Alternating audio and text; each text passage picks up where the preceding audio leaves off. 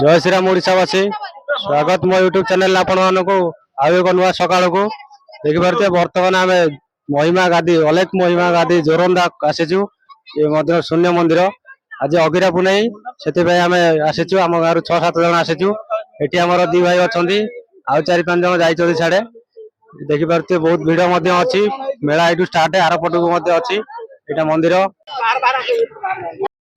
धनी एवं महादीप जली मंदिर परिसर देखिपे किपर धूआमय हो जाए आम आसिक पहुंचला बेलू बहुत लोक भिड़ हो जाता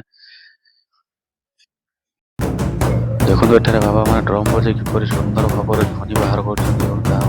सुंदर मंदिर पाचेरी पाखर ध्वनि पाखक आसापी प्राय मत 15 मिनट लगी जाता लोक एत भिड़ था जे देखिपे ध्वनि के जोर जलुची लोक मैंने आसी नड़िया पड़ुले प्रसाद भाव पाते शून्य मंदिर चारिपट चारिद्वार महादीप एवं ध्वनि लगी मौसा भाई जन लक्ष्य करदे कौन हो चारिपट लगी ध्वनि सुगंध मन भरी जाऊला देखिपे ध्वनि पाखे बर्तमान थे आसवे मंदिर परिसर लगी एक बड़ घंटी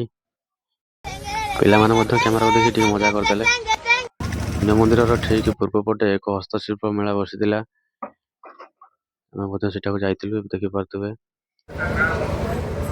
शून्य मंदिर सामने धनी मंदिर बाहर शून्य मंदिर को जावाक मुख्य द्वार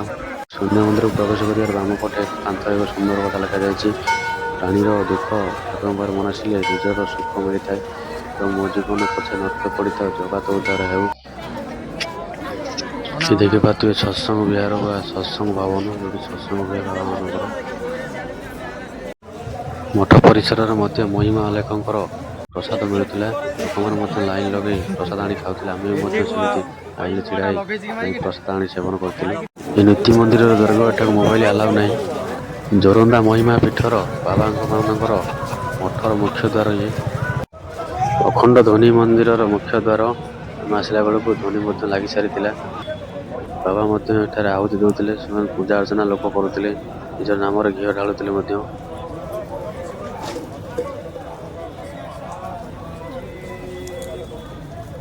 बहुत संख्यर बाबा एवं श्रद्धालु माने मिसी सत्संग विहार भजन कीर्तन करते आम सेठारे उपस्थित थे भजन कीर्तन आनंद नेउथिलु